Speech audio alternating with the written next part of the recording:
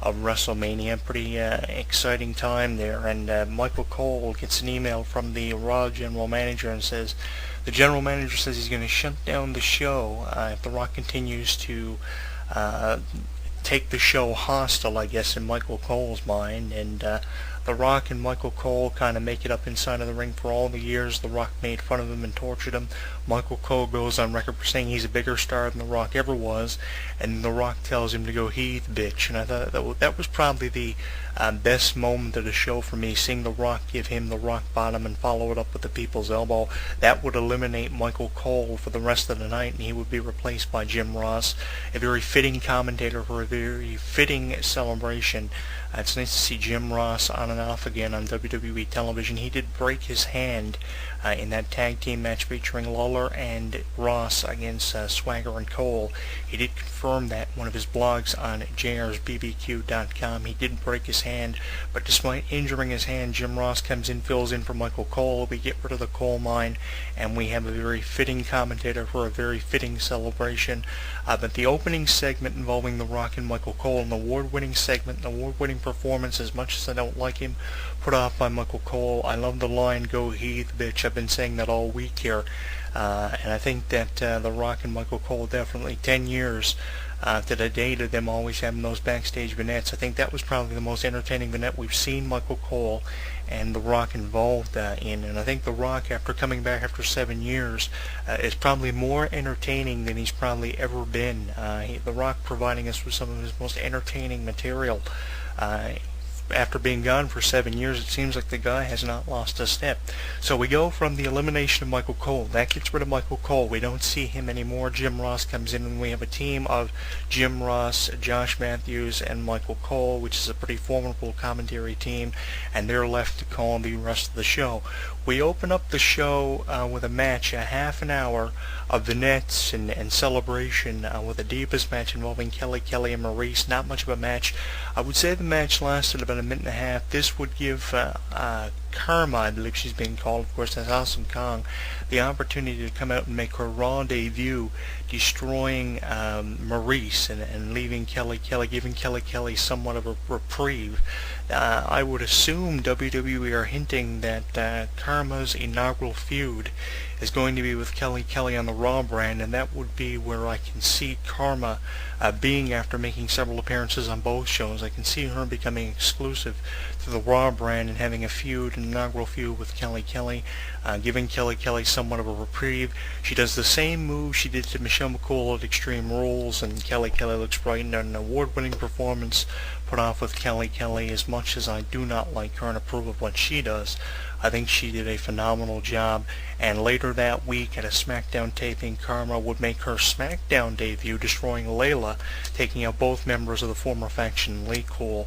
I think that Karma is going to be a big-time player on no matter what brand she's involved with. I think she's going to be, I'm assuming she's going to be on the Raw brand, and like I said, I'm hoping that her inaugural feud is going to be with Barbara Blank, Kelly, but we'll see where that goes from there. One thing I noticed about The Rock's birthday celebration is we went a half an hour into the show, and we didn't even have a match. So, with an hour and a half left, we get a Divas match to open up in-ring action. You think with The Rock's birthday celebration and everything, and him calling the shots, we would have had a match to immediately open up the program, but we didn't get that.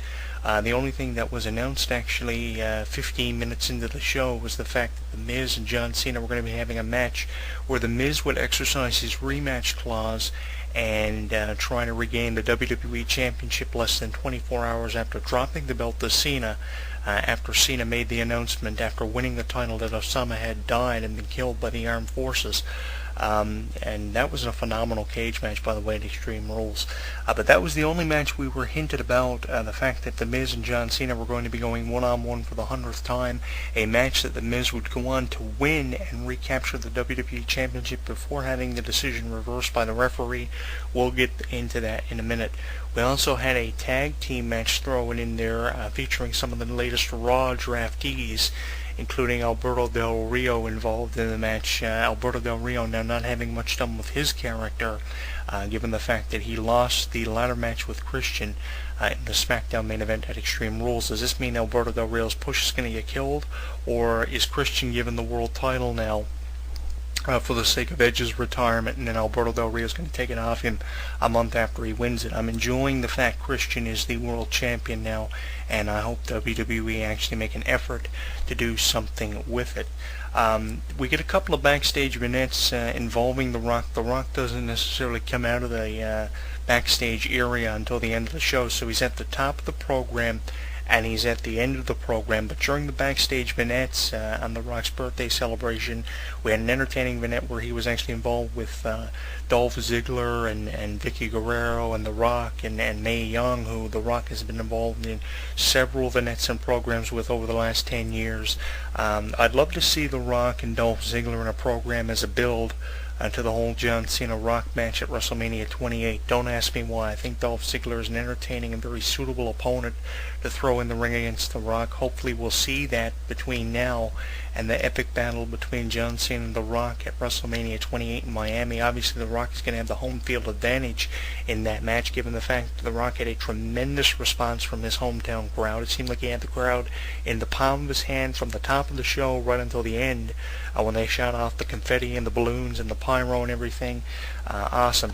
In the backstage vignettes, the biggest backstage vignette we saw, despite the entertaining one involving all the WWE superstars dressing as one of The Rock's movie characters like the Tooth Fairy and what have you. In the most important backstage vignette of the night, we learned that John Cena and The Rock were going to be having a WWE Championship match at WrestleMania 28 if John Cena is able to hold on to the WWE Championship from now until WrestleMania 28. That was a announcement that was actually made by John Cena and The Rock during a face-to-face backstage confrontation when all the superstars were wishing The Rock a very happy 39th birthday. I'm going to go on record for saying I don't think that the John Cena title reign is going to last a period of 12 to 13 months without Cena dropping the belt at least once. I think we're going to see John Cena drop the belt between now and WrestleMania and then somehow find a way, like he always does, to regain the championship before WrestleMania. I don't think we're going to see John Cena have a 13-month reign with the WWE Championship, given the fact that the fans have such a mixed reaction like they do towards him now. Some people hate him, some people love him. Back in 2005, 2006, it was okay to give John Cena a 13-month reign with the title, which we had previously seen, because he had such a tremendous fan base that was without The Rock before he ever started taking shots at The Rock on Twitter and Facebook. It was okay to do that now, but with a strong diversity between fans for Cena, I think it's a wrong move to have Cena keep the belt from now until WrestleMania 28. Have him at least drop it once or twice to make it interesting, to put the title match between The Rock and Cena in somewhat of a jeopardizable situation. To keep the fans interested in the storyline, you have to keep the fans interested in the storyline. You just can't have Cena be the champion from pay-per-view to pay-per-view to pay-per-view, because how long is it going to be before the fans get sick of it? I don't know. I think that the Cena will at least drop the belt once between now and WrestleMania, but time will tell us all as it all plays out leading into WrestleMania 28. Of course, you'll have The Undertaker potentially going to 20-0 along with the Cena Rock match. It has the potential of being the greatest WrestleMania of the previous 27, and hopefully WWE doesn't drop the ball with it. I hope we don't see a Cena reign that lasts anywhere from 13 to 14 months, because I'm one guy that will really get sick of it. I enjoyed all the pre-recorded messages from the celebrities. I thought that was wonderful how Regis and Kelly and people who have worked with The Rock and everybody just, came together and recorded these pre-taped segments. They say there was no money involved with it, but I would assume WWE handed out a significant amount of money in terms of dollar value to get all those celebrities to record messages to The Rock. Now, some of them are personal friends of The Rock and probably did it for nothing, but I would assume the dollar value for those pre-recorded segments involving all those celebrities that were played in between commercials was significantly high. I enjoyed all of them. I especially liked the guy that said there was no money involved, and he was very upset over the fact there was no money involved with it. And I really enjoyed that one. I enjoyed also seeing Regis and Kelly. Regis is no stranger to WWE television, especially around WrestleMania time.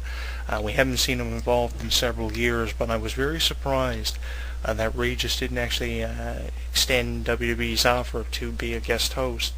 I was expecting Regis to be at least one guest host. Regis and Kelly was a rumor that they were going to throw them in there as a guest host back in '09.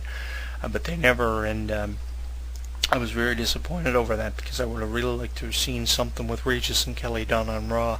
But it was nice seeing them, and I really enjoyed all the backstage vignettes and everything leading into it. Of course, we didn't see much in terms of matches or anything on the program because the focal point of the program was obviously to promote the fact that The Rock was 39 years of age. Of course, if anyone didn't already know of The Rock's age, May 2nd, 2011, of course, The Rock turned 39 years of age and almost 40 years old now. He's kind of going down the same road Dave Bautista went down, becoming a wrestler at 40 years of age. But The Rock, in this case, is making a return after taking a 7-year hiatus break from professional wrestling, with the exception of coming back to induct his family into the WWE Hall of Fame. The Rock now making the decision to come back to WWE at nearly 40 years of age. That questions now whether or not The Rock is going to be able to perform just as good as he did back in 1999. In a big-time WrestleMania match. Is he still going to be able to perform like he did 10 years ago? Only time will tell us. But something interesting that happened on the edition of Raw that celebrated The Rock's birthday was, it seems that WWE are getting ready to push Mason Ryan, the most notable Nexus member of the 5 Nexus members that are in CM Punk's little faction, CM Punk's run-down, watered-down version of Nexus. I think that Mason Ryan would be a formidable competitor on his own. It's just a matter of when WWE are going to have him break away from Nexus, and when WWE are going to kill the two factions together, the two different versions of Nexus. I think it's absolutely unnecessary now to have Nexus be on both brands. I think that you can kill it at least, you can afford to kill it at least on one show, and right now it seems like it would be better to kill it on Raw, because on SmackDown they are a phenomenal group. We saw the way that